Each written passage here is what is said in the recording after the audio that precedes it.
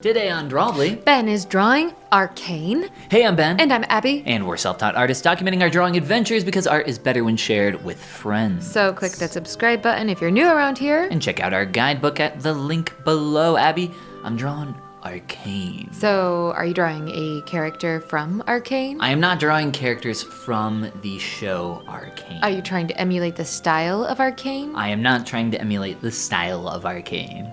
Are you just drawing based on the word arcane separate from the media with which we were so beautifully graced by Netflix? I am just drawing on the word arcane separate from the media with which we were obsessed with, yes.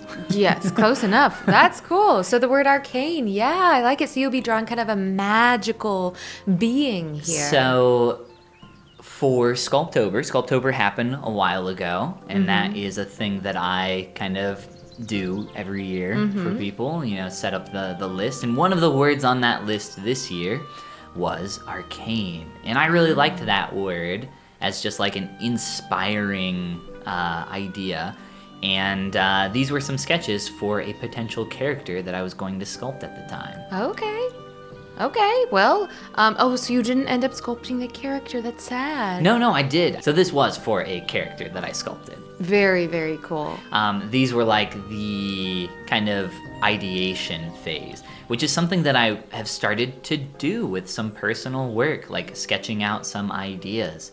Trying to just find some stuff online in terms of lighting, in terms of like face shapes, in terms of like ideas, style, and then combine a bunch of them and then not like any of it and then try again. That's really exciting. I think that's what a lot of people have been really excited to see from you in your 2D art journey is the points at which you take things that you're drawing in 2D and begin translating your own work to 3D. I have, previous to this, only done that one other time, and it was just on this little boy sketch that I did. Yeah, he was cool. It was like a sickly Victorian 1920s little boy with gaunt eyes, and when I drew this sketch, I was like, whoa, this has such cool shapes in the face. This is the coolest sketch I've ever made. I'm gonna sculpt it.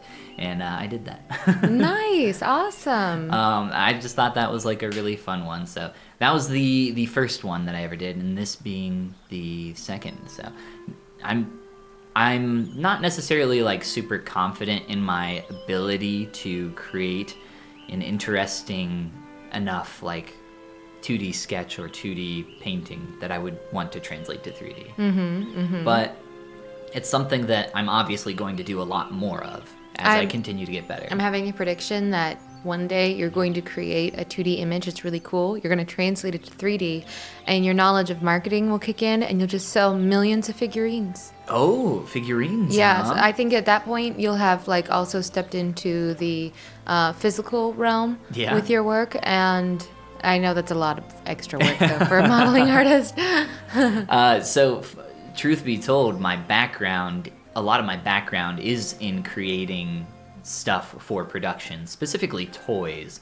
So I'm very knowledgeable in that area, but the amount of, like you said, work to actually produce something like that is just kind of like painfully insane.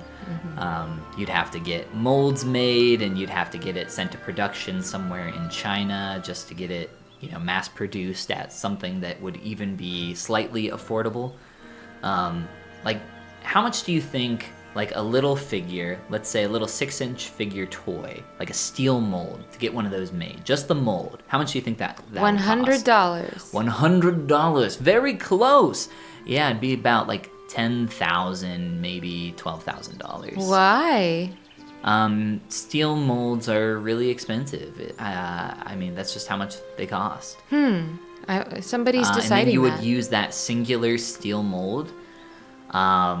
I mean, depending on how many parts, you could probably, like, if it's just something simple, like do it in one steel mold. There might be like multiple pieces in that singular mold. But anyway, I digress. It is expensive, and that is just for that part alone. And then if you're gonna like mass produce something, you need to at least get like 5,000 of something made. Wow. Or else it's gonna be unbelievably expensive per unit. But typically you would do a lot more, like 20, 30K, something like that. That's Maybe insane. more. That's But yeah. cool knowledge to have, though. Yeah, for sure. There are actually well, I don't know if they're still in business. I would assume that they are old business contacts that I could have, if I ever did go that route, for some places in China that I've talked to in the past about potentially doing that. But it was, like I said, extremely expensive and not something that I could afford then and not something I can afford now. But hey, Right. maybe someday in the future. Yeah, I'd love yeah. to do that. It would be super fun. That would be really, really cool. And that would like never probably even be like a lucrative option. It would just be something that I would have to do that would be like enjoyable and fun to do.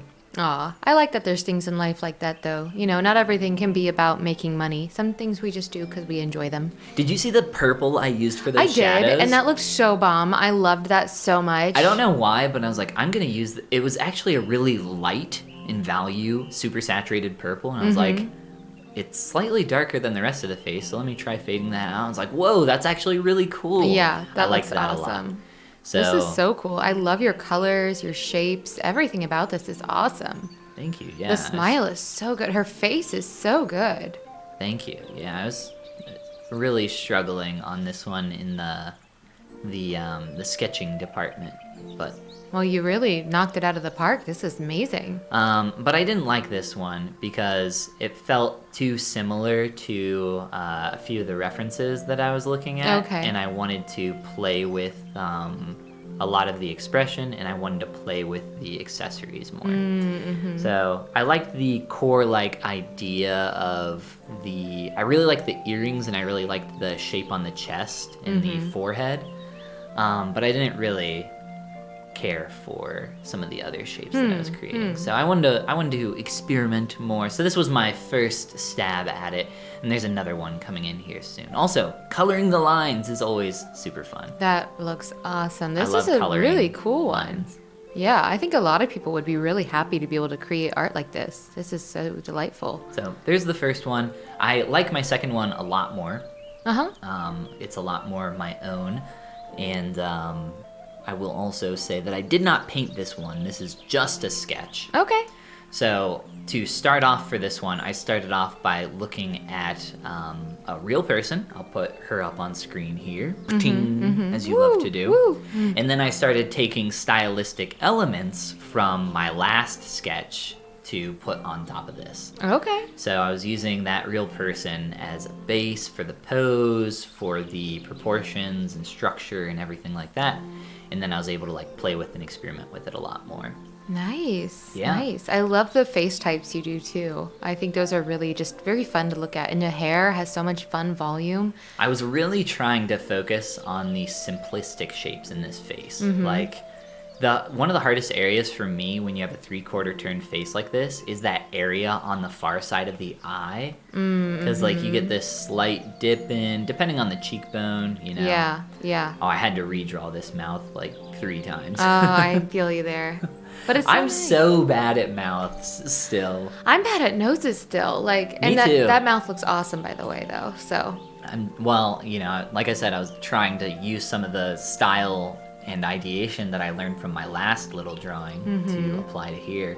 So I think I did these one after the other, and when I do stuff like that, it's really easy for me to remember stylistic choices of things that I have tried that are new and then I can try to recreate.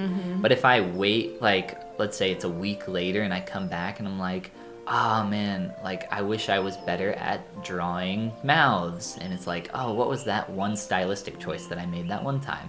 I would have to go back and look at it. Oh, yeah. I feel the same way where sometimes I look back and I'm like, oh, for a second there, I was good at this thing. And now I'm not anymore. It's just repetition, just trying to do it multiple times. Yeah. But yes, this was really fantastic, just exploration for my sculpt, though, to play around with some different ideas and figure things out. I find that to be a lot of fun.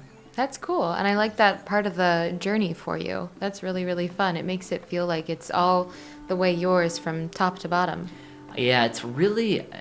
I think the hardest part is just finding something that I'm actually happy about. And the sculpt that I create is a lot different than my sketch here as well. It's still very different.